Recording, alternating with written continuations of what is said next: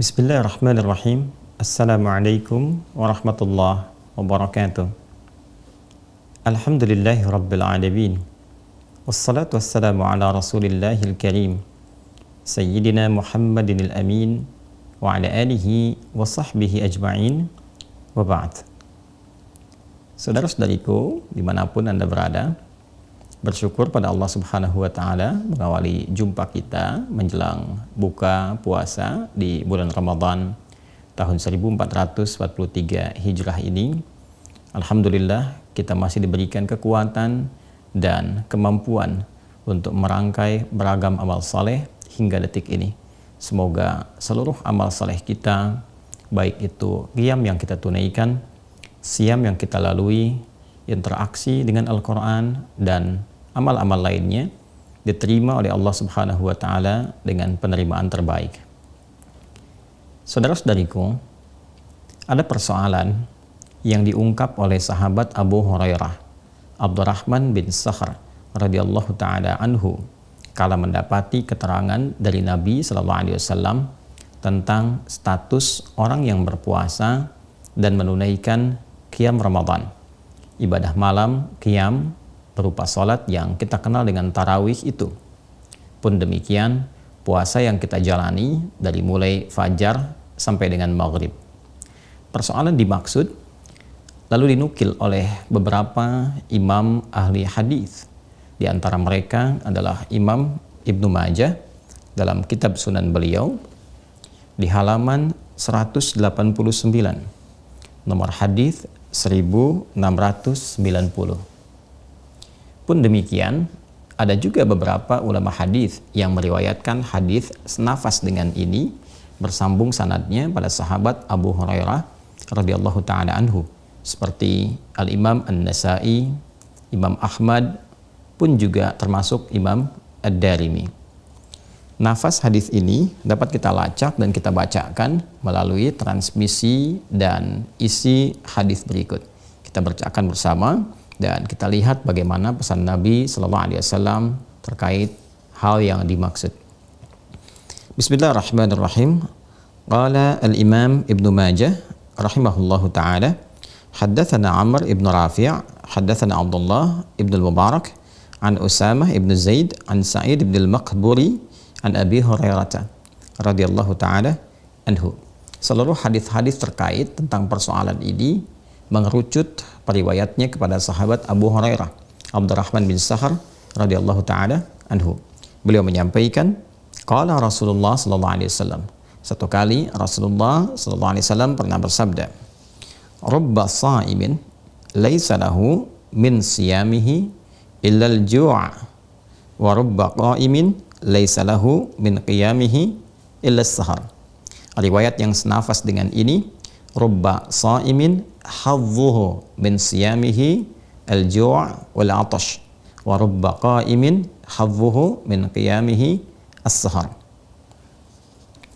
Rubba sha'imin laisa lahu min siyamihi illa al-ju' wal 'atash. Di riwayat tambahan yang lain, didapati ada sementara orang yang berpuasa itu tidak mendapatkan apapun dari puasanya kecuali rasa lapar dan haus saja.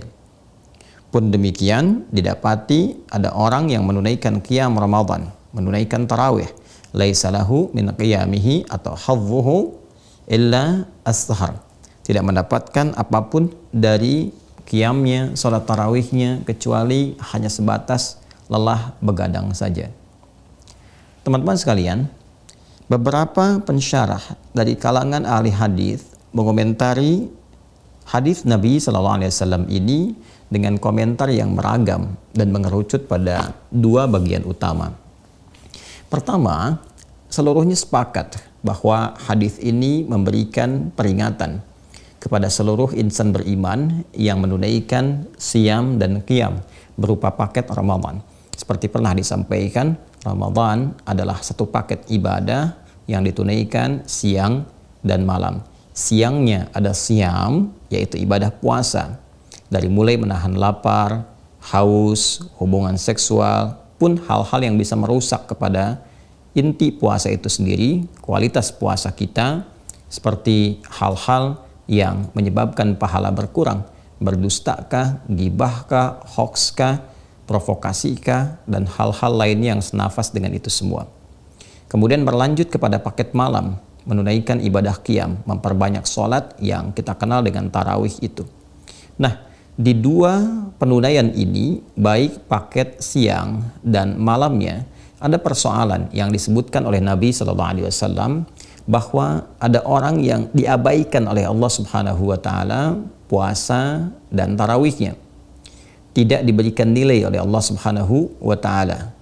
Tidak diberikan satu apresiasi berupa pahala oleh Allah Subhanahu wa Ta'ala, dan disebut oleh Nabi SAW hanya lelah menahan lapar, haus, dan boleh jadi lelah untuk berdiri sampai begadang malam saja. Orang-orang ini, kata para ulama, dibagi kepada dua bagian utama. Yang pertama, ada di antara mereka yang diduga kuat bermasalah dari segi ketulusan niatnya.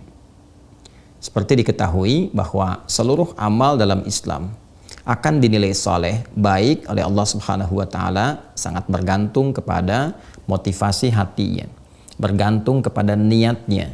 Itu yang diungkap oleh Nabi SAW dalam hadis sahih beliau, dan seringkali ditampilkan oleh para ulama hadis termasuk Al-Imam Al-Bukhari, bahkan ketika membuka kitab sahih beliau dari Umar bin Khattab Abu Hafs radhiyallahu taala anhu, beliau menyampaikan Nabi SAW bersabda, innamal a'malu binniyat wa innama likulli imri'in ma nawa.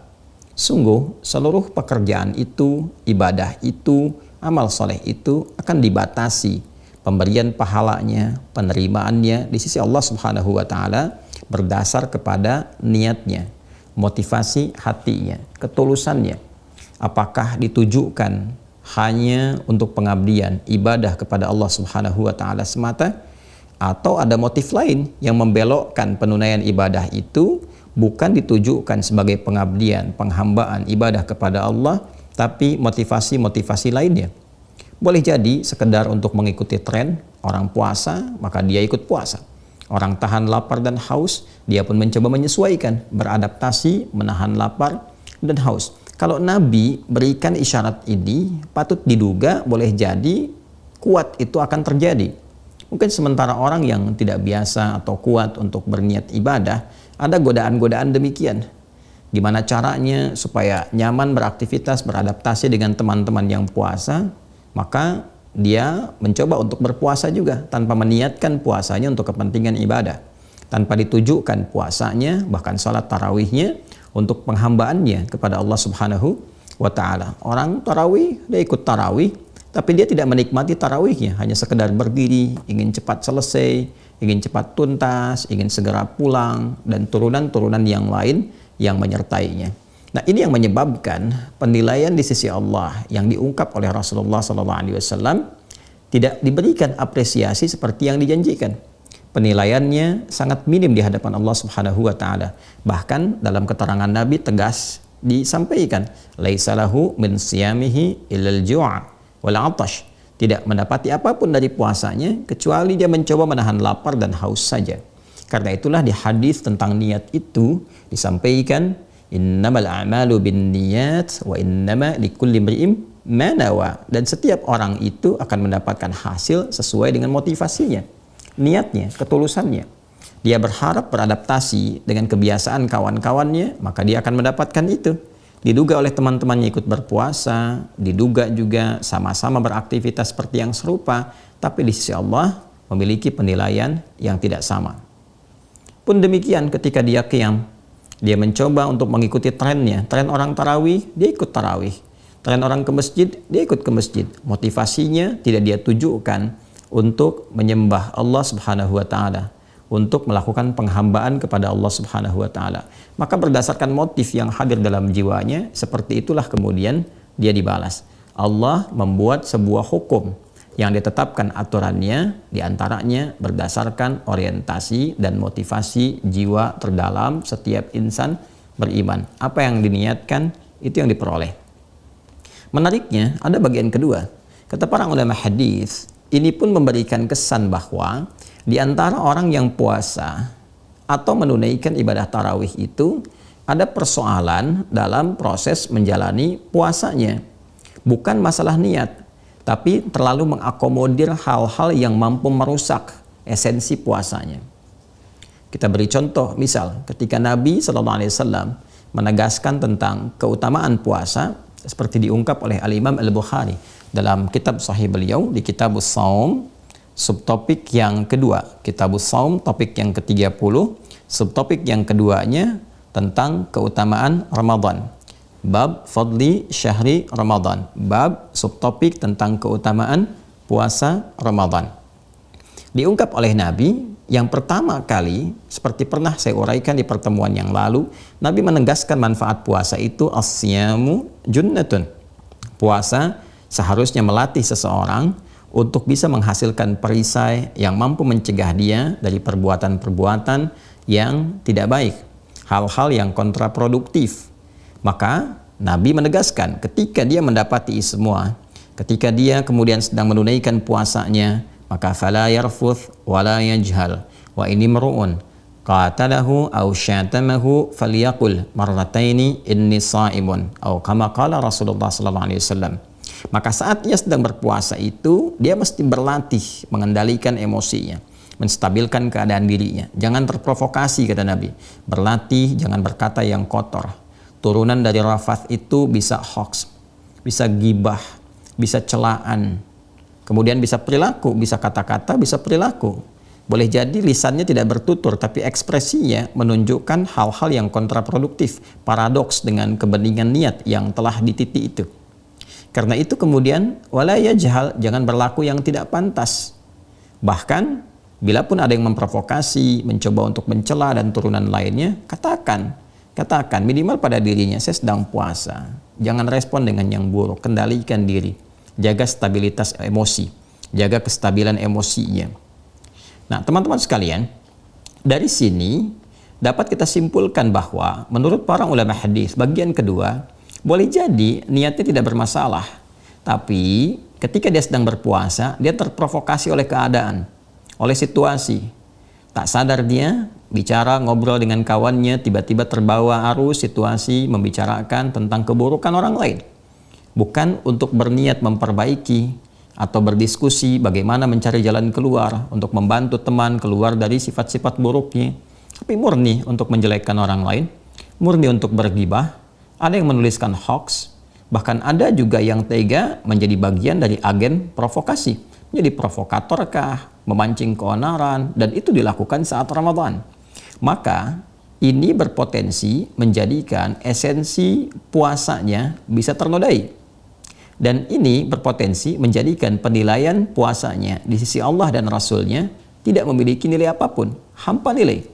Karena itulah kemudian tegas Nabi menyampaikan laisa lahu min siyamihi ilal ju' wal 'atash.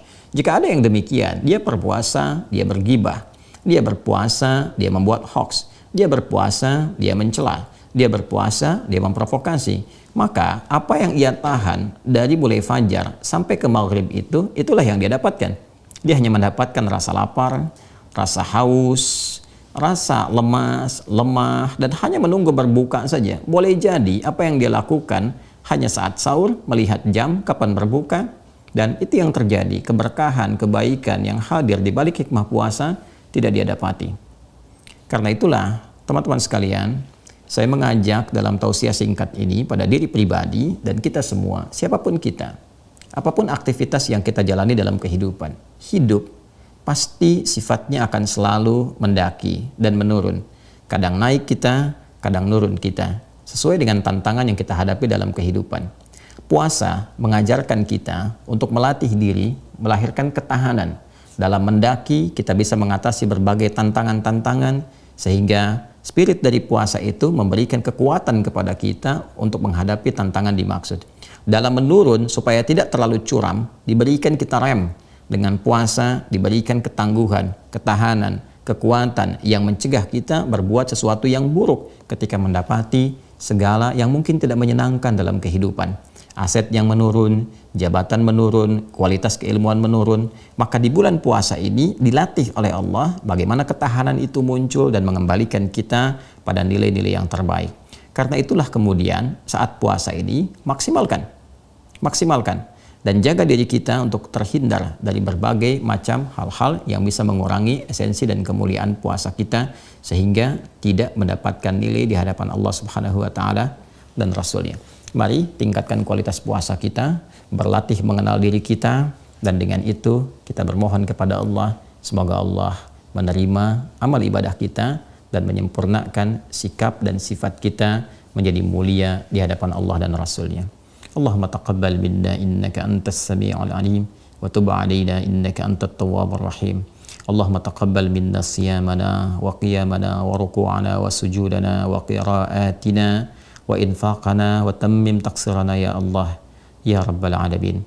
Allahumma inna nas'aluka khaira ma sa'alaka habibuka al-mustafa nabiyyuna Muhammad sallallahu alaihi wasallam wa na'udzu bika min kulli ma ista'adza bika anhu rasuluka al-mustafa sayyiduna Muhammad sallallahu alaihi wasallam. Rabbana atina fid dunya hasanah wa fil akhirati hasanah wa qina adzaban nar. Wa sallallahu ala sayyidina Muhammad wa ala alihi wa sahbihi ajma'in. Wa akhiru da'wana subhanakallahumma wa bihamdika asyhadu an la ilaha illa anta nastaghfiruka wa natubu ilaik. Walhamdulillahi rabbil alamin. Assalamualaikum warahmatullahi wabarakatuh.